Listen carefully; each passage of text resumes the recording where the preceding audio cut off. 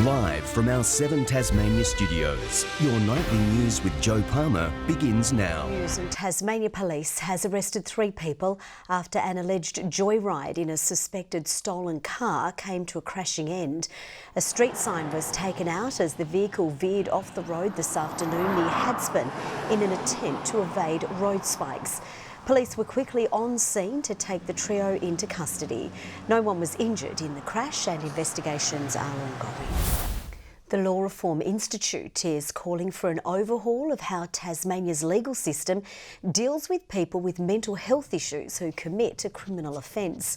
A report released today focuses on a person's fitness to stand trial and the defence of insanity and considers whether current laws should be upgraded to reflect contemporary views.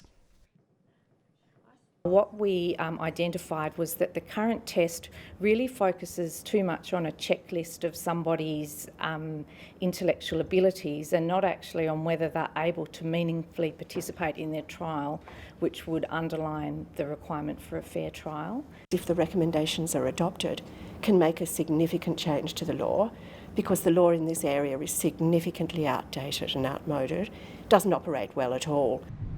The government will now consider the recommendations. Travel plans were thrown into disarray today as an IT issue forced the cancellation and delay of a number of early morning Jetstar flights. The national outage affected the check-in systems in both Hobart and Launceston, leaving frustrated passengers stranded for hours. We booked accommodation and we booked the cruise for tomorrow night to come back again. So all the tickets have to be cancelled. Pretty much every time I turn up, the flight's always delayed for one reason or another. It's understood problems were fixed by lunchtime. A crucial service which provides food to hundreds of struggling Tasmanian families has had its funding cut by the federal government 2 weeks before Christmas. Loaves and Fishes has been forced to shut down its Hobart operations as it battles to keep up with increasing demand from vulnerable families facing an uncertain future. A community gathering to celebrate Christmas. Here at Risdon Vale, these lunches are packed, especially at this time of the year. Our families are really struggling to survive, so the last thing they get to buy is food, so a lot of our work is around food relief. The centre supports around 600 people a month and those numbers are rising. If it wasn't for them, God knows where we'd end up. But this centre and others in southern Tasmania are dealing with a massive blow. Federal funding of $150,000 has recently been cut to a major food service called Loaves and Fishes, one they critically rely on. Will impact more than 150 community food programs right across southern Tasmania, which is a devastating blow, particularly right on Christmas. Well, the food programs are first priority, I reckon.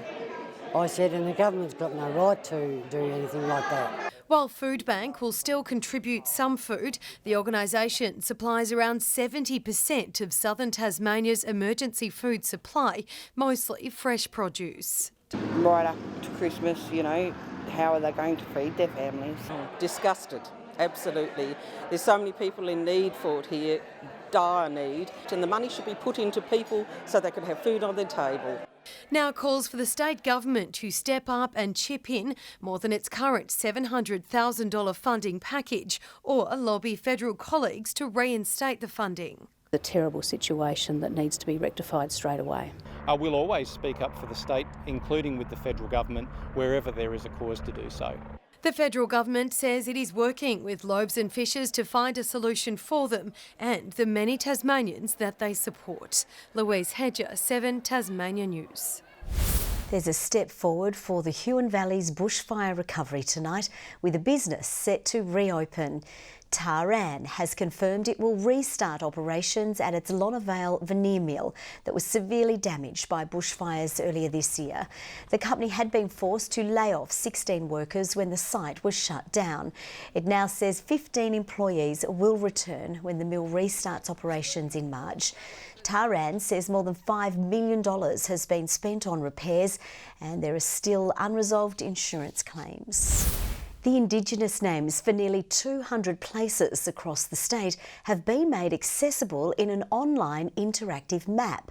The spots are written in the English form of Palawakani with the audio recordings, including Munar Trick, Circular Head, all the way south to Lunawuni, Bruny Island. There are place names that we want to get used, and so we're not just that English colony that forgets that it had an Aboriginal history. You can access the map through the Tasmanian Aboriginal Centre website. A new local youth centre has opened its doors after undergoing a major makeover. After 8 months of renovations, City Mission today unveiling a new learning space in Launceston, dedicated to supporting the youngest and most vulnerable in the community. It'll be a place where a lot of them will just get back on track and find pathways to a future in the city. The creative precinct will feature arts, IT and life skills activities. A Tasmanian study is changing the way doctors diagnose dementia. New research is proving a treatable cause of dementia may be more common than previously thought. 78-year-old Tom McGlynn underwent surgery 7 years ago and hasn't looked back. And in those 7 years I've done very well, and I've not, I don't think, got much worse. The decade-long Tasmanian study is leading the way in treating idiopathic normal pressure hydrocephalus, a potentially treatable cause of dementia. Symptoms range from poor memory, balance and even incontinence. The condition is hard to identify and some are misdiagnosed with Alzheimer's disease. Eligible patients underwent surgery to put a shunt into their brain, with the remaining part of the tube inserted under the skin and into the stomach. What we have shown in this study, that the majority of our patients improved not just cognition but balance and walking, and also their bladder instability improved. More than 400 patients participated in the study at the Launceston General Hospital, with surgery taking place in Hobart. And the results can be remarkable. If there is a build-up fluid in these cavities of the brain, then there is a track to drain away excess fluid. 11,000 Tasmanians are currently living with dementia, with more than 1,600 believed to have this treatable form. Elizabeth O'Neill, 7 Tasmania News. Drivers using a mobile phone are being targeted in a local campaign launched today. Don't drive blind, leave your phone alone, showcasing the dangers of the distraction. We're simply highlighting the danger of turning away for just even a couple of seconds. If you're doing 60 or more, you're going to be seriously injured or killed.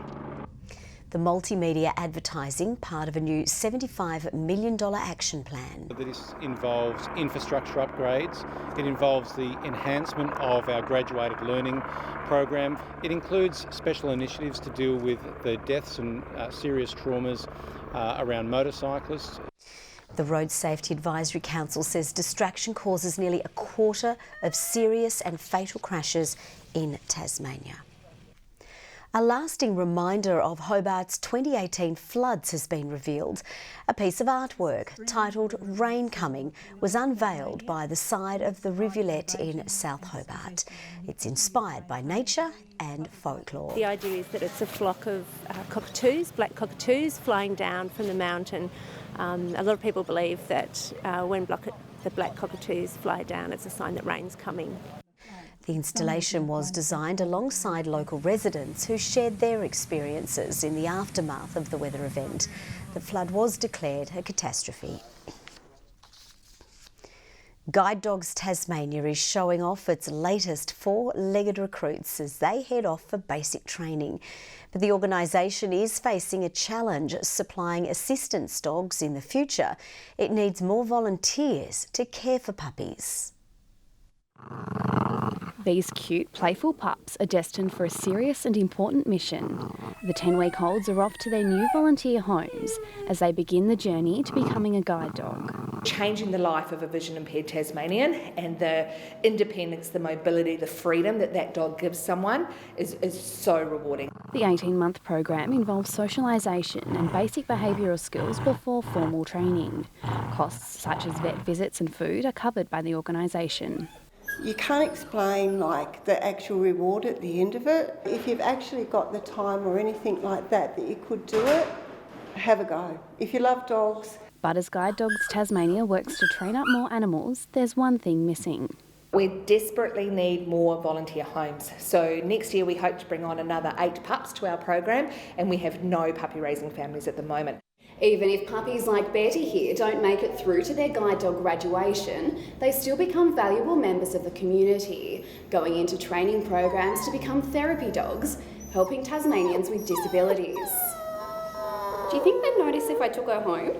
If you think you can help with the cute but important job of raising a puppy, visit the Guide Dogs Tasmania website.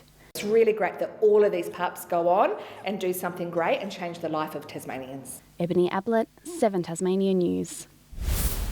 Sheffield's Tandara nursing home has shared its take on one of the world's biggest social media crazes. Staff and residents transforming the community centre into a hoedown for the Get Up Challenge. Grab a sweetheart and spin out with them, do the hoedown and get into it. The online trend encourages people to post their best dance moves online to Blanco Brown's song The Get Up. George Bailey has had a special send-off despite losing his farewell first-class match in Hobart. The Tigers were on track for an unthinkable upset on the final day of their Sheffield Shield clash before South Australia steadied for a 6-wicket win. After frustrating the Redbacks with a tenacious stanza at the crease, the visitors finally got their man 8 balls in to today's play. Off the edge of the bat and he's caught. The Tigers' great stayer Ben McDermott out for 89 after facing 236 balls. Lawrence Neil-Smith also kept the Tigers in it before he was caught on 37. It exposed tail-ender Riley Meredith to Redbacks hitman Wes Agar. His wicket, Agar's 5th for the innings. The casual observer may have thought the 169-run target a certainty for the visitors, but the Tigers' bowling attack was raising eyebrows. Hunt, hit on the pads, appeal and he's out.